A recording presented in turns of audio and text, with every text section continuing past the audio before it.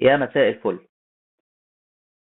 نادي الزمالك بيفوز على حرس الحدود 2-0، يرفع رصيده ل 48 نقطة، 38 نقطة، فرق نقطتين عن الأهلي اللي لو اتخصم منه 3 نقط في آخر الموسم هنكون احنا كده معديين، ويصدر ضغط كبير للأهلي والبيراميدز إن أنا موجود، إن أنا بنافس، إن أنا مش ما رميتش الفوطة، أنا لسه في المنافسة. وطبعا الاهلي عارف ان هو ممكن يخصم منه ال3 نقط، فاحنا هنشوف ضغط كبير الفتره الجايه علينا علشان نخسر وعلشان ما نبقاش مركزين في الملعب. فاتمنى ان احنا ناخد بالنا من النقطه دي. سيرو بيبتدي الماتش بتشكيل مختلف تماما، او بمعنى اصح هيكله مختلفه تماما وجديده علينا في الزمالك. 5-1-2-2 ده الجديد منه خالص مع بيسيرو. عواد في حراسة المرمى، قدامه 3: صلاح مصدق والونش وحسام عبد المجيد. على شمالهم وينج باك بنتايج، على يمينهم وينج باك يمين شحاتة. في النص ارتكاز وحيد دونجا، قدامه 2: فتوح على اليمين وعبد الله السعيد على الشمال. قدامه 2 راس حربة، الجزيري على اليمين ومصطفى شلبي على الشمال. شكل الفريق دفاعيا كان زي ما بقول لكم 5-1-2-3، لكن هجوميا 5-1-2-2، لكن هجوميا كان بيتحول ل3-1-6. و6 دي لان كان فريق حرس الحدود كان بيدافع ب5 لعيبه، وهم ما بيضغطوش في نص الملعب كويس، فبيستغل بسيرو ال6 لعيبه اللي قدام، اللي هو الوينج باكات والاربعه اللي في قلب الملعب، ان هم يضغطوا بعرض الملعب لقدام علشان يجبروا حرس الحدود ان هو ما يقدرش ان هو يدافع او ان هو يضغط من قدام. فدايما يبقى فيه لعيبه كتير ورا، فاقدر ان انا بتحركات بصراحه عملها كويس مصطفى شلبي وكمان الجزيري في الشوط الاولاني كانت ممتازه. كان دايما ضغط نادي الزمالك مقسوم نصين، نص يمين ونص شمال. الفريق كان بيلعب من ناحية اليمين بالشحاتة وفتوح والجزيري، وناحية الشمال كان عبد الله السعيد وبنتاج ومصطفى شلبي. وهنا يجي السؤال الأول في الماتش: ليه بان إن شحاتة أحسن؟ وهل عمر جابر أوحش؟ وإيه الفرق ما بينهم أصلا؟ قبل ما اتكلم في النقطة دي خلينا اقول ان دايما كان بيبقى في قلب يعني كان بيحاول بسيره في الماتش ده ان هو يعالج مشكلة كانت موجودة في الماتشات اللي فاتت، واتمنى ان هو يفضل يحاول يعالجها، لان هي دي آفة نادي الزمالك اللي اتكلمت عليها الفترات اللي فاتت، وهي الزيادة العددية جوه ال 18. فكان دايما لما كان شحاتة بيحاول يرفع من ناحية اليمين كان بيبقى فيه دايما 3 الناحية التانية، اللي هم مصطفى شلبي وبنتايج وعبد الله السعيد. وشفنا في كذا لقطة ان ال3 دول بيبقوا موجودين بصورة دايما علشان يعملوا زيادة عددية جوه ال 18، لكن مع الأسف ما كانش إنتاجهم جوه ال 18 مفيد. كمان لما كنا بنضغط أكتر على فريق حرس الحدود كان بيبقى فيها زيادة عددية كبيرة، وكانوا هم دايما حرس الحدود مش فريق جامد، مش فريق تقيل، فدايما مع الضغط هتلاقيهم كلهم رجعوا. وفي منظر اللي قدامكم ان بقينا في 10 لعيبه من حرس الحدود بتدافع، واحنا في 8 او 9 لعيبه بتهاجم من عندنا. لكن مع الاسف برضو التمركزات بتاعتنا جوه ال 18 مش كويسه، عندنا مشكله لسه في التمركزات لان ما عندناش روس حربه. وانا بصراحه مش عارف ليه احنا ما لعبناش باتنين روس حربه من اول الماتش. هو ممكن نلعب على المساحات ونلعب على على ان اتنين يكونوا جوه ال 18 صراع، لكن بيتهيألي لو كان ناصر منسي والجزيري بيلعبوا كانوا هيفرقوا معانا جامد. ليه كنا بنهجم دايما من ناحية اليمين اكتر من ناحية الشمال؟ او ليه دي كانت واضحة قوي في الشوط الاولاني، حتة ان احنا دايما بنضغط من ناحية اليمين والشمال مش موجودة تقريبا؟ ده لان تحركات الجزيري وشلبي كانت بتأثر كتير على الفريق.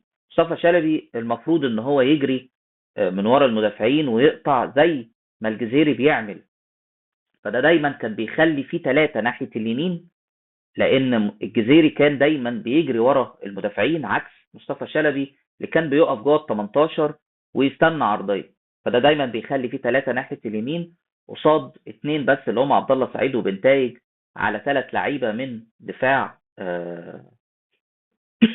من دفاع حرس الحدود. كمان زياده صلاح مصدق كانت بتيجي ساعات، فكمان بيبقى اربعه، وطبعا حسام عبد المجيد الناحيه الثانيه ما بيعملش نفس الدور، فطبعا بتبقى النتيجه ان في اربع لعيبه ناحيه اليمين. فده دايما مساعد، وامكانيات اللعيبه اللي فيها مساعده ان الضغط دايما يبقى ناحيه اليمين عكس ناحيه الشمال اللي ما كانش بيبقى فيها دايما نفس الكثافات العدديه اللي بتساعد على الكلام ده. نيجي نتكلم على محمد شحاته اللي هو نجم المباراه. هو عمل بصراحه في الشوط الاولاني اداء ولا اروع، لكن عنده مشاكل في التغطيه الدفاعيه كبيره، هوريكوا جزء منها. شحاته عنده ميزه ان هو بيعرف يطلع بالكرة امتى، بيعرف يطلع يباصي امتى، يقف على الكرة امتى، يرفع العرضيه امتى. حتى في كور لو كان عمر جابر كان موجود كان عادي رفعها من اول مره، لكن كان دايما محمد شحاته ساعات يبص فيروح عامل يعني نفسه هيرفع ويروح واخدها لجوه ومبصيها لاقرب لعيب، او حتى هو يرفعها برجله الشمال. دي نفعت كتير، لكن يعيب دايما محمد شحاته اندفاعه. انت بتلعب وينج باك، فانت المفروض بتقف ورا علشان تغطي خمسه ورا، فكان دايما لما بيسيب مكانه كان بيخلق فرص ومشاكل قدام خط الدفاع بتاعنا، وده اللي ساعد حرس الحدود شويه ان هو يعمل شويه اخطاء. ده غير ان هو في الشوط الثاني ابتدى تقريبا مخزون البدني والذهني بتاعه ينقص، فبقى على طول بيشتت الكوره بشكل مرعب. غير ان لما بقت الكوره بتجيله في الشوط الثاني بدل ما يبصيها لورا للعيب زي دونج علشان يشوط، لا بقى بيرفعها وتقريبا ما كانش في حد جوه ال 18 علشان يستقبل ده. فده برضه يبين لك قد ايه هو بيفقد التركيز في الكرات دي. ولازم صلاح مصدق في بقى التركات بتاعه اللعيب المهاري واللعيب اللي شويه كورته يعني مستعجل او واخد القرار من قبل ما الكرة تجيله من غير ما يبص لعيبته فين. يعني صلاح صدق في الكرة دي كان المفروض ان هو يبصيها ل فتوح، وفتوح يبصيها للجزيري اللي كان ساعتها هيبقى جوه ال 18 وكانت ممكن تطلع خطورة، لكن اختار مصدق ان هو يرجع الكرة لورا. وطبعا ما يفوتناش دونجا والكور العظيمة بتاعته. دي كرة منهم زي ما انتم شايفين هي الدقيقة 10 و19 ثانية. مصطفى شلبي بيطلب الكرة في المساحة عشان تبقى انفراد، فبدل ما يبصيها له بيبصيها على اليمين للجزيري. بص الدقيقة 10 و20 ثانية، انت بتعمل ايه وليه؟ باصي لقدام. كرة تانية الدقيقة 34 و4 ثواني، بدل ما يلعبها الفتوح اللي بيجري ناحية اليمين في المساحة، بعديها بثانية واحدة بتلاقوه رجع بالكرة لورا، وبدل ما كانت الكرة لقدام بتلاقي الكرة رجعت لورا وبقت هجمة عادية جدا كأن احنا ما بنعملش حاجة. اللقطة دي بعديها على طول تشوف الفرق ما بين كواليتي اللعيبة. بص عبد الله السعيد اول ما لمح ان فتوح بيجري نفس الجريه بتاعت المره اللي فاتت ويمكن من مسافه ابعد، الا انه اختار ان هو يبصيها له في المساحه لان هو شايف ان في لعيبه بتجري. بس ده فرق كواليتي لعيبه، وقلنا ان دونجا لازم يشتغل على نفسه في الموضوع ده. هل الزمالك يقدر يلعب بالخطه دي قدام؟ هل نفس التشكيل ده، هل نفس الطريقه دي ينفع نلعب بيها قصاد فرق تانية؟ في الحقيقه لا. الاجابه لا قاطعه، لان انت نص الملعب بيبقى دونجا لوحده، ودونجا بيسرح كتير فبيفضي نص الملعب تماما قصاد فرق اللي بنلعب قصادها. ولولا ان ده حرس الحدود وما عندوش المقومات اللي تخليه يعمل عليك هجمه خطره او اللعيبه تستغل المساحات دي، لان اتكرر كتير قوي موضوع ان نص الملعب يبقى فاضي، لان حتى بصوا في الشوط الثاني عبد الله السعيد وفتوح ابتدوا خلاص البنزين بيقل، ما بيركزوش قوي، بيفقدوا التركيز شويه، فهتلاقي نص الملعب فاضي قدام ال 18 فاضي، ما بيبقاش فيه لعيبه تقدر ان هي تملى الفراغات اللي قدام ال 18، وده طبعا بيعمل خطر كبير قوي.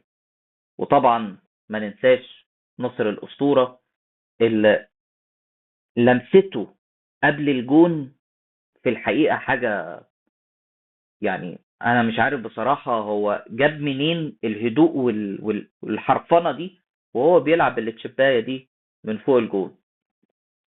اسطوره منسي. دي شويه لقطات انا حبيت اتكلم فيها معاكم عن الماتش. لكن يبقى مشكله كبيره بسيرو لغايه دلوقتي، والفرقه لغايه دلوقتي احنا دخلنا جون من ضربه جزاء، والجون الثاني من هجمه مرتده كان اصلا دفاع حرس الحدود واقف على انها فاول. فهي هجمه مرتده، وده ما بيحصلش كتير ان ناصر منسي يجري ويدخل جوان بالعظمه دي. فما اقدرش انكر ان الفريق كان شكله كويس، وده لان اخيرا خلى يبقى في تدرج في الكوره. لان 5-1-2-2 خلى اللاينات الطوليه في الملعب كتير، مع وجود كواليتي ممتاز زي عبد الله السعيد وفتوح في الملعب، بيعرفوا يقفوا على الكوره، بيعرفوا يدوروا اللعب ما بينهم وما بين زمايلهم، فبيخلي دايما الكواليتي وشكل الفريق كمان كويس. زائد ان الحيويه بتاعه شحاته غير خالص. عمر جابر بيعرف يتحرك امتى وفين، لكن في توقيتات معينه، انما شحاته علشان عنده باور ولسه شباب، فهو بيقدر على طول بيقدر يجري ويعمل سبرنتات، علشان كده بان قوي ان شحاته مالي المركز ده لانه ماليه بدنيا. انما زي ما وريتكم هو عنده مشاكل كتير قوي في التغطيه العكسيه، وكمان في الاندفاعات، وحتى واحد على واحد هو بيروح يلتحم، ما بيبقاش واخد باله ان لو بس عدى منه الوينج بتاعه خلاص الموضوع هيبقى فيه عرضيه والموضوع هيبقى فيه مشكله. عمر جابر مهم، لكن احنا محتاجين حيويه اكتر. صلاح مصدق عنده مشكله في الحاجات العاليه، ودي اتكررت اكتر من مره. في كور كتير قوي كنت ممكن اجيبها، بس عشان الفيديو ما يطولش مننا حبيت اعمل بس سبوت لايت على الكور المهمه في الماتشات الجايه مهمه. زي ما انا قلت الفيديو اللي فات ان احنا ما نرميش البنديل، احنا عندنا فرصة ان احنا ننافس وناخد المركز الثاني، وليه لا مش الاول لو استمرينا كده. بسيرو لولا الكواليتي بتاعه فتوح وعبد الله السعيد ما كانش ده هيحصل. في ميزة عملها النهارده انا ما اعرفش اذا كان ده قصدها ولا لا، ان ما طلبش من مصطفى شلبي اي ادوار دفاعية على الاقل في الشوط الاولاني واول تقريبا 10 دقائق في الشوط الثاني، فده خلاه دايما فريش، وساعات بياخد آه، سبرنتات كويسه. ما بانش بس خد كذا واحده في المساحه كويس. لكن واضح ان بيسيرو محتاج كواليتي في ايده علشان يقدم اجوان ويدخل اجوان، لكن في الحقيقه احنا موضوع صعب بالنسبه لنا، لان اي خساره بدنيه لاي عنصر من العناصر اللي لعبت النهارده دينا شفنا عمر جابر مش موجودين بدني. الاصابات العضليه اللي بتيجي دي بتيجي بسبب البدني اللي هم ما بيقدروش ان هم يكملوا الماتشات بنفس الريتم، وبيسيرو بيجري كتير. شفناه النهارده رجع اهو يلعب بخمسه ورا، واتمنى انا شخصيا ان احنا نفضل نلعب بخمسه ورا. وزي ما قلت من شويه ان انا نفسي اشوف بنتايج مدافع ثالث مع صلاح مصدق ناحيه اليمين، ويعملوا زيادات اكتر من كده بدل الونش وحسام عبد المجيد هو اللي يبقى في النص. هيقدروا ان هم يكفروا الحته دي. الوينج باك الشمال ممكن يكون مصطفى شلبي، لان هو ما بيعرفش برضه يجري في المساحات وما بيعرفش يكون مهاجم تاني، فهيكون مفيد في الحته دي. عبد الله السعيد يعني هو لازم يكون ما بين خطوط، ما ينفعش يبقى هو في 5-4-1 هو الجناح الشمال.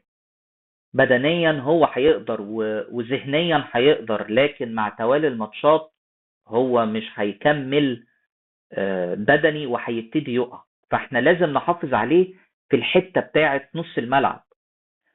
آه، احسن حاجة البيسيرو عملها ان هو خلق لفتوح مركز الوينج يمين. هو شوية لسه مش واخد عليه، وجسمه لسه واضح ان هو مش قادر يتأقلم عليه في الاول، لكن احنا قدامنا كام ماتش قدام، حوالي 6 ماتشات في الدوري وواحد في الكاس، دول اللي فاضلين لنا. مش هحسب الماتشات بتاعة كاس الرابطة حتى لو صعدنا فيها يعني. فهم 7 ماتشات اللي فاضلين في الموسم، نركز فيهم، نجمع ماتشات نقط ونكسب الماتشات الجاية، نثبت على 5 ورا، ننقي الكرة كتير. وفي نقطتين أنا لازم نشتغل عليهم. أولا في الشوط الثاني، ودي نقطة أنا نسيت أتكلم فيها في الأول. الشوط الثاني احنا ليه في الشوط الثاني ما قدرناش ان احنا نمسك كورة وحرس الحدود عمل استحواذ اكتر مننا؟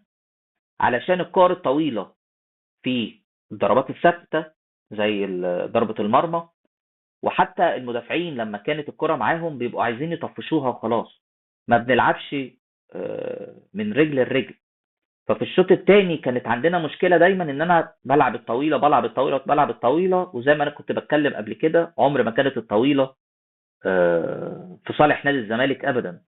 فلازم بسيرو يحضر اللعيبة ان هم يلعبوا آه، الكرة اللي على الارض زي ما كنا بنعمل في الشوط الثاني، الشوط الاولاني، وما يخافوش مهما كان احنا لسه هنلاعب خصوم اتقل من حرس الحدود بكتير، ومش هيضيعوا الكور اللي جت لحرس الحدود، ومش هيتهاونوا في المساحات الفاضيه اللي هيلاقوها في نص الملعب او على طرف من الاطراف.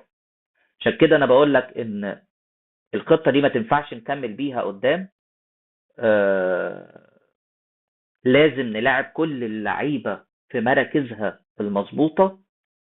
قلت لك في وجهه نظري ان بنتاج يلعب وينج باك ما يلعبش وينج باك شمال، يلعب تالت ناحية الشمال، ويزيد على حسب الهجمة تبقى عاملة ازاي، ومصطفى شلبي هو اللي يبقى وينج باك شمال، والناحية التانية يا عمر جابر يا شحاتة. احنا ما عندناش اوبشن، وواضح ان صلاح مصدق مش هيقدر ان هو يلعب الحتة بتاعت الوينج باك ناحية اليمين دي. ناصر ماهر لازم يلعب في قلب الملعب، ده برضو مش اوبشن، هو مش هيعرف يلعب جناح، فلازم يلعب في قلب الملعب. فضروري من بيسيرو ان هو يلاعب اللعيبة في مراكزها، ما عندناش اوبشن تاني. الوحيد اللي قدر ان هو يتأقلم وما عندناش اوبشن غيره هو فتوح لما لعب ناحية اليمين، ولسه لما فتوح هيلعب عمر جابر جنبه هيساعده اكتر من شحاتة. ربنا معانا في الجاي، الجاي لسه اصعب، بس احنا قدها. سلام.